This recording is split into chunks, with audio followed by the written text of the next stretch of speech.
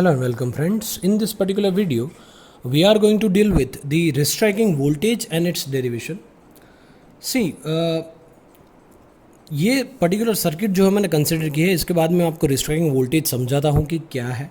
ठीक है, ये सर्किट मैंने कंसिडर की है डेरिवेशन के लिए रिस्ट्राइकिंग वोल्टेज के. देखिए ये सर्किट जो है it will have the inductance and resistance.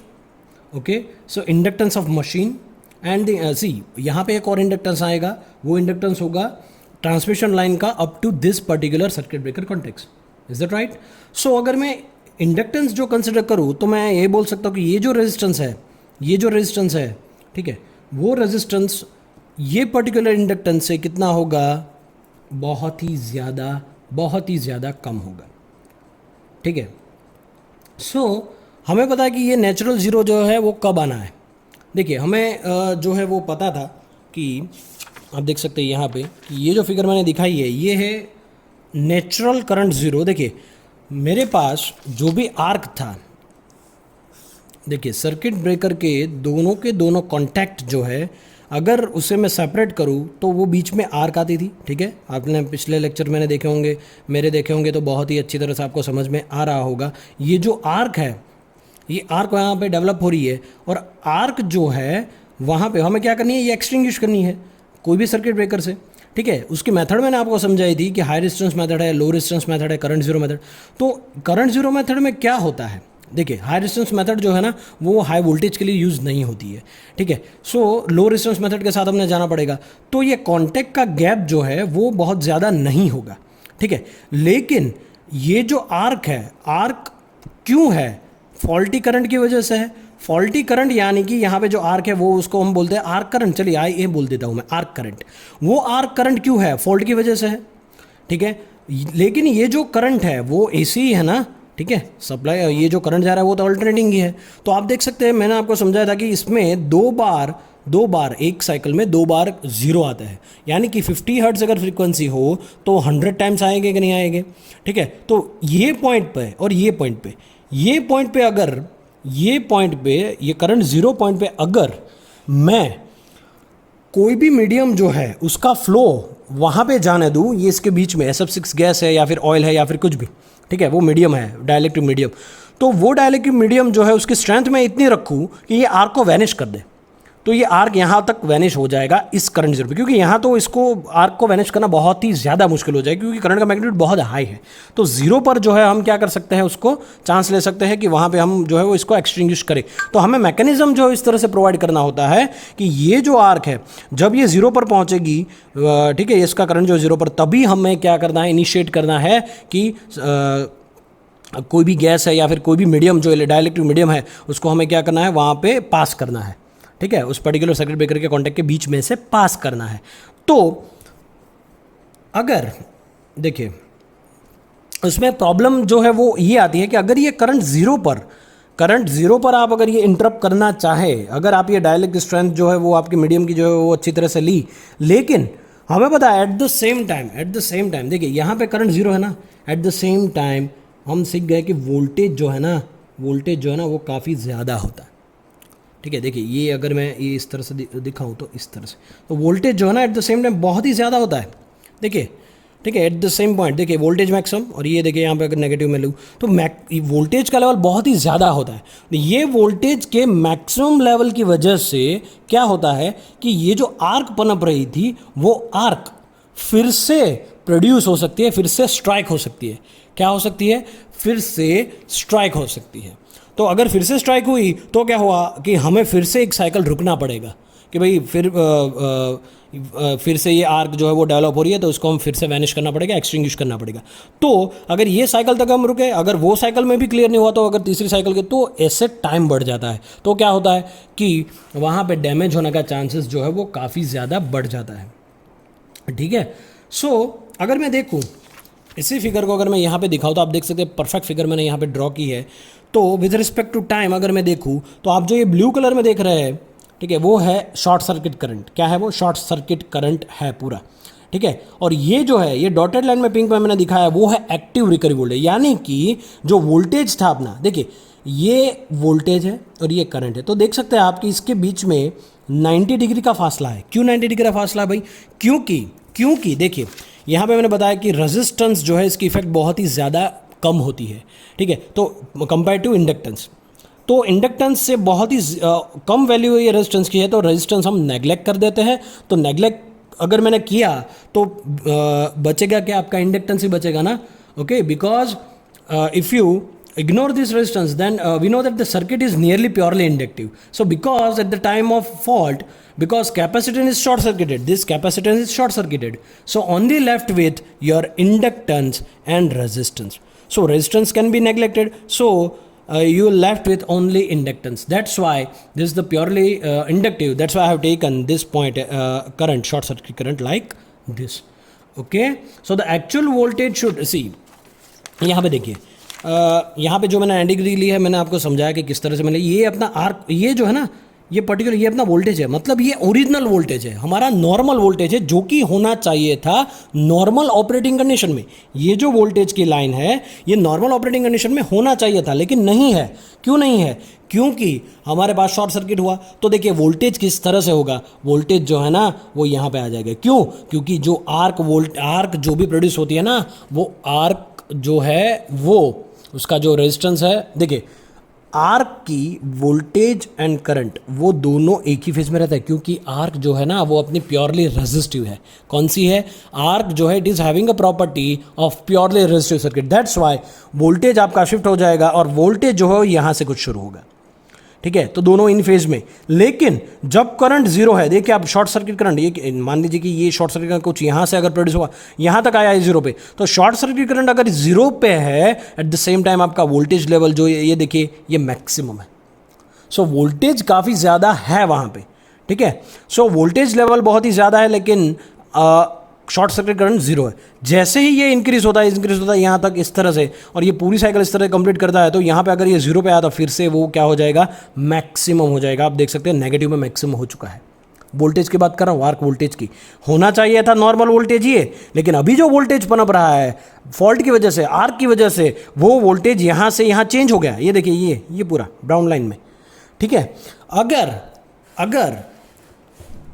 अगर मैं कहूँ कि इस पॉइंट पे, ये पॉइंट पे अगर ये पूरी साइकिल कंप्लीट हो गई, इस पॉइंट पे अगर मैं सर्किट, देखिए इस पॉइंट पे शॉर्ट सर्किट हैपन हुआ, ठीक है, तो यहाँ पे क्या होगा, आर्क वोल्टेज यहाँ पर आ गया, ये देखिए मैक्सिमम पॉइंट पर। यहाँ पे सर्किट ब्रेकर के कॉन्टैक्ट आपके ओपन होना शुरू होंगे इस पॉइंट पे। अगर जैसे ही सर्किट ब्रेकर के कॉन्टैक्ट ओपन हुए और एक साइकिल हुई, तो यहाँ पे आप देख सकते हैं इस पॉइंट पे मेरा जो भी सर्किट ब्रेकर के अंदर मीडियम है, एयर है, चाहे वो ऑयल है, चाहे वो गैस है, कोई भी मीडियम है, वो मीडियम यहाँ से हम क्या करेंगे, फ्लो करवाएंगे सर्किट ब्रेकर के कॉन्टैक्ट के बीच में आर्क को बुझाने के लिए, एक्सटिंग्विश करने के लिए। तो यहाँ पर मैंने क्या किया कि करंट जीरो इंस्टेंट पर पर्टिकुलर यही इंस्टेंट, क्योंकि करंट जीरो आ रहा है ना, current zero at the same time voltage का लेवल जो है वो हालांकि है ही मैक्सिमम, लेकिन करंट तो जीरो है ना, तो करंट जीरो पर मैंने अगर फोर्सफुली जो है वो मेरे डाइलेक्ट्रिक मीडियम से आर्क को वैनिश करने की ट्राई की, तो आर्क वैनिश हो सकता है। लेकिन उसमें एक बात जो है वो गौर करने लायक है, वो ये है कि वोल्टेज यहाँ हाई होने की वजह से, करंट जीरो है लेकिन वोल्टेज यहाँ पे मैक्सिमम कंडीशन होने की वजह से आपका जो आर्क है वो आर्क फिर से रिस्ट्राइक हो सकता है। क्यों, क्या हो सकता है? रिस्ट्राइक हो सकता है, बुझ गया, लेकिन फिर से जो है वो जागृत हो सकता है। तो यहाँ से आप देख सकते हैं कि ये पॉइंट पे जो एक्चुअल जो है वो इस तरह से होना चाहिए था। देखिए इस तरह से होना चाहिए, आप मेरे पेन का टिप देख सकते हैं, इस तरह से होना चाहिए था। लेकिन पर्टिकुलर ये वोल्टेज की वजह से आपका जो आर्क है, ठीक है, जो वोल्टेज है वो रिस्ट्राइक होगा अगेन। तो इस पॉइंट पे अगर आपका जो वोल्टेज है वो रिस्ट्राइक होगा, तो वो कितना होगा, ट्वाइस होगा नॉर्मल वोल्टेज से। तो ये देखिए ये पर्टिकुलर पॉइंट इस तरह से जाएगा ट्वाइस, और उसके बाद धीरे धीरे वो डैम्पिंग छोड़ के अपने ओरिजिनल पोजीशन में आ जाएगा। तो इससे ये जो है ना, ये एक्टिव रिकवरी वोल्टेज है, ठीक है। एक्चुअल में ये जो है ना वो रिस्ट्राइकिंग वोल्टेज है, और ये जो है ना आप देख सकते हैं वो है रिकवरी वोल्टेज। क्या है? वो है रिकवरी वोल्टेज। रिकवरी वोल्टेज मतलब एक्चुअल में जो इसको जो नॉर्मल कंडीशन में जाना था वो इस तरह से जाना था, ये आप देख सकते हैं पूरा, ठीक है। तो अगर ये जीरो पॉइंट पे अगर आप जो है वो वैनिश कर दे आर्क को, तो बहुत अच्छा रहेगा। लेकिन अगर वैनिश नहीं होती है तो फिर से एक साइकिल आपको रुकना पड़ेगा, फिर से आपको एक साइकिल रुकना पड़ेगा, तो वो टाइम कंज्यूमिंग होगा। लेकिन ये रिस्ट्राइकिंग वोल्टेज है, देखिए यहाँ पे हम ये कह सकते हैं कि मेरा जो डाइलेक्ट्रिक मीडियम है, वो डाइलेक्ट्रिक मीडियम की स्ट्रेंथ जो अगर ज़्यादा होगी, वो डाइलेक्ट्रिक स्ट्रेंथ जो है वो जो मीडियम की अगर ज़्यादा होगी, तो वो ये रिस्ट्राइकिंग वोल्टेज को पनपने से रोकेगा, ठीक है, आगे जाने से रोकेगा। लेकिन अगर मेरा जो डाइलेक्ट्रिक मीडियम है, जो मैं दोनों सर्किट ब्रेकर के कांटेक्ट में से बीच में से जो पास कर रहा हूँ, वो इसकी डाइलेक्ट्रिक मीडियम स्ट्रेंथ अगर कम है compare to this restriking voltage, तो फिर क्या हो जाएगा कि आपका आर्क जो है वो, मतलब ये जो वोल्टेज जो है वो आपका फिर से रिस्ट्राइक होगा, फिर से क्या होगा, रिस्ट्राइक होगा। सो बेस्ड ऑन दिस एक जो है वो दो थियोरी जो है वो यहाँ पे बनती है कि आर्क रिकवरी थ्योरी उसे हम बोलते हैं। और दोनों के दोनों जो थ्योरी है ना, वो थ्योरी एक थ्योरी को हम बोलते हैं स्लेपिस थ्योरी और दूसरे को हम बोलते हैं कैसिस थ्योरी, ठीक है। सो वो दोनों जो आर्क इंटरप्शन थ्योरीज जो हम बोलते हैं वो है, तो मैं आपको समझाता हूँ दोनों के दोनों जो थ्योरीज है वो। और अगर मैं बात करूँ rate of rise of restriking voltage की, RRRV की, तो वो क्या है? See this will represent the rate at which transient recovery voltage, यानी कि ये जो रिस्ट्राइकिंग वोल्टेज है ना, वही बोलता है हम TRV, ट्रांजिएंट रिकवरी वोल्टेज। ये जो पर्टिकुलर है ना, ये ट्रांजिएंट रिकवरी वोल्टेज है, ठीक है। So this will represent the rate at which the transient recovery voltage is increasing. The rate of rise of TRV is dependent on the system parameters, okay, and RRRV is nothing but rate which is expressed in volts per microsecond, okay, यही TRV है, transient recovery voltage. ये आप देख सकते हैं, ये पूरा जो है ना वो ट्रांजिएंट रिकवरी वोल्टेज होगा पूरा का पूरा, ठीक है। सो उसके रिगार्डिंग जो है वो दो थ्योरीज मैं आपको एक्सप्लेन करता हूँ। There are two theories, okay. First one, see there are two main theories explaining current zero interruption arc, ठीक है, current zero interruption arc। देखिए ये हमने देखा है पिछले लेक्चर के अंदर। सो फर्स्ट जो मेथड है वो क्या है, रिकवरी रेट थ्योरी, और उसे हम बोलते हैं स्लैपियंस थ्योरी। क्या बोलते हैं? स्लैपियंस थ्योरी, ठीक है, नाम है ये स्लैपियंस थ्योरी। दूसरी जो है वो एनर्जी बैलेंस थ्योरी। क्या है? एनर्जी बैलेंस थ्योरी, और you can say Cassis theory. ये दोनों थ्योरी है, ठीक है। देखिए तो रिकवरी रेट थ्योरी और स्लैपियंस थ्योरी क्या बोलती है। सी, अगर मैं स्लैपियंस थ्योरी की बात करूं, सो तो स्लैपियंस जो है उसको उसने डिस्क्राइब किया है, describe the process as a race between the dielectric strength and restriking voltage. पिछले लेक्चर में मैं बताया था सर्किट ब्रेकर अगर ये ओपन होते हैं, सर्किट ब्रेकर के कॉन्टेक्ट अगर ओपन होते हैं, उसके बीच में ये आर्क पनप रही है और उसको हम एक्सटिंग्विश करते हैं। एक्सटिंग्विश करने के लिए हम SF6 गैस यूज़ करते हैं, ऑयल यूज़ करते हैं, या फिर कोई भी डाइलेक्ट्रिक मीडियम हम यूज़ करते हैं। तो वो आर्क को हम कब करंट जीरो पर ही इंटरप्ट कर रहे थे ना, इस तरह से पिछले लेक्चर में मैंने बताया था, ठीक है। तो इस जीरो पर हम क्या करते थे? इंटरप्ट करते थे, क्योंकि यहाँ पे करंट का मैग्नीट्यूड, फॉल्टी करंट का मैग्नीट्यूड बहुत ही कम होगा।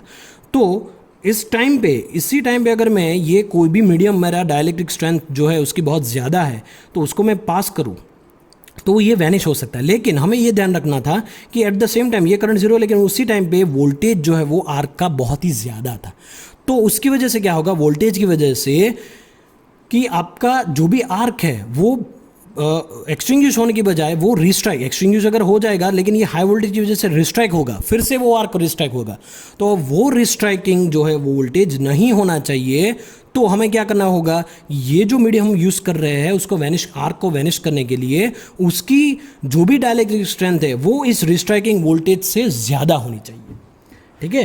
तो स्लैपियंस जो है उसने बोला है कि it is the process that it is the race between dielectric strength of the material or the medium that you are using and restricting voltage.